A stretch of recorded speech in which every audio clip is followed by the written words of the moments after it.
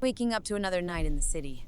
I can feel the familiar weight of Johnny's Enneagram lingering in my consciousness. The perpetual dance between his memories and mine continues, a complex tango of past and present.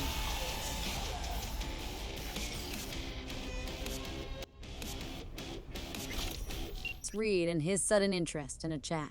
Not exactly my idea of a good time. I've got my own plate full of chaos and mystery without adding his baggage into the mix. Plus, being an FI agent doesn't change the fact that at my core, I'm a mercenary. That job was just another gig, albeit a twisted and complicated one. Sure, he might have Alex's body on ice, but I've got my own ghosts to deal with. Quite literally. I can't afford to get bogged down in someone else's issues, especially when there's an Arasaka-shaped target on my back. Time to stay focused on the road ahead and let Reed handle whatever he's got going on. I'll catch up with him if and when it suits me. So Rogue knew about Alt. What about Alt? Did she know about Rogue? Antonio, 50 years in a coma. Wakes up to find he's a woman. Can he forgive Manuela her infidelity? And what about his old flame, Anna Maria? Her fire smothered as she lingered helplessly in virtue space. Yeah, that's what I want to know. Fuck me, V. So do I.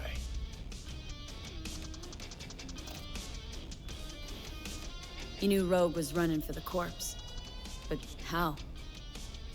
Corpse practically wiped the afterlife off this city's face. Rogue was the last denizen standing. Who kept her afloat? Just that? That and the Smasher thing. Rogue said it herself. Prick was just the tip of the iceberg. Grayson knew her, knew she worked for Smasher. And if she worked for Smasher, she was open to working for anybody.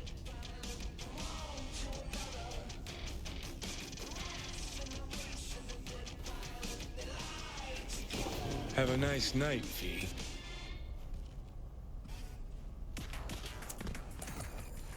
As we discuss the hit orchestrated by the Afterlife, particularly the murky involvement of Rogue, I can't help but feel a mix of suspicion and uncertainty.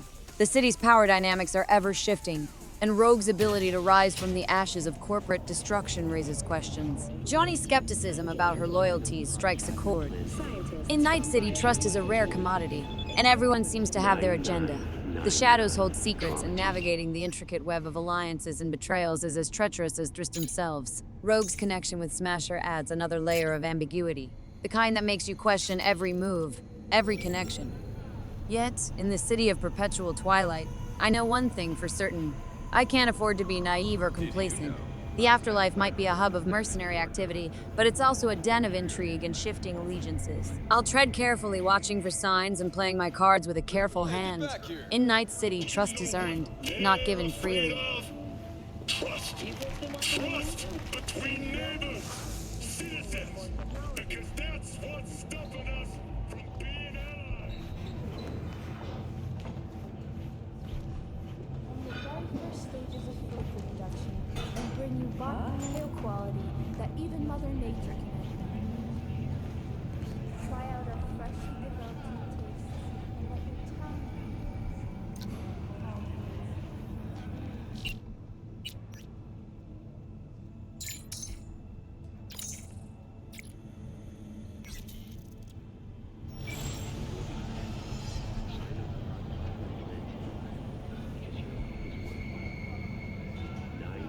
Judy's text breaks through the constant hum of Night City's chaos. A simple hello, a reminder that amidst the relentless grind and shadowy dealings, there are still connections, still moments of normalcy. It's almost surreal. In this city, where danger lurks around every corner, and the past constantly intertwines with the present, a friendly message feels like a breath of fresh air. It's a reminder that beneath the layers of cybernetics and the weight of impending doom, there's still room for human connections. Sure, the biochip looms over me, like a sword of Damocles, and Johnny's Enneagram is a relentless companion. But for a brief moment, things seem normal. The dichotomy of life in Night City, the juxtaposition of the mundane and the extraordinary, is ever present. Maybe a visit to the afterlife will shed some light on the enigma Rogue and the intricacies of the hit. Maybe it's time to juggle the balance between the shadows and the fragments of a life left to live. In the end, normalcy in Night City is a fleeting concept, but Judy's text is a gentle reminder that, in this chaotic world, connections matter.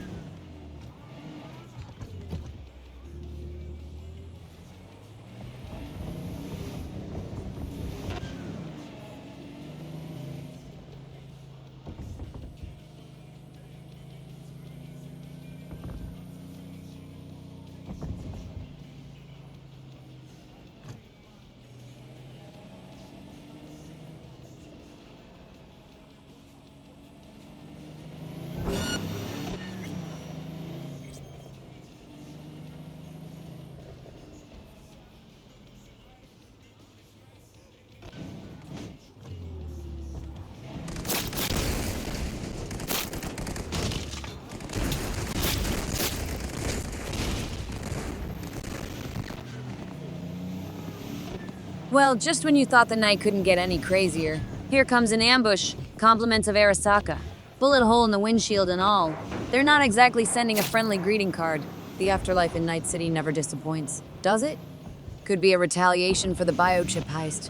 Maybe the NUSA government decided they wanted a piece of the action. Or perhaps Rogue's tangled up in this mess somehow. Arasaka, though, they've got a knack for holding grudges. And the fact that they're gunning for me means I've definitely poked the corporate hornet's nest. The city's a jungle, and right now, I'm not sure who the predators are. Dodging bullets, literal and metaphorical, has become a nightly ritual. But hey, it keeps things interesting, right? Just another day or night in the chaotic wonderland that is Night City. Time to find some answers at the afterlife. Hopefully without any more surprise bullet holes.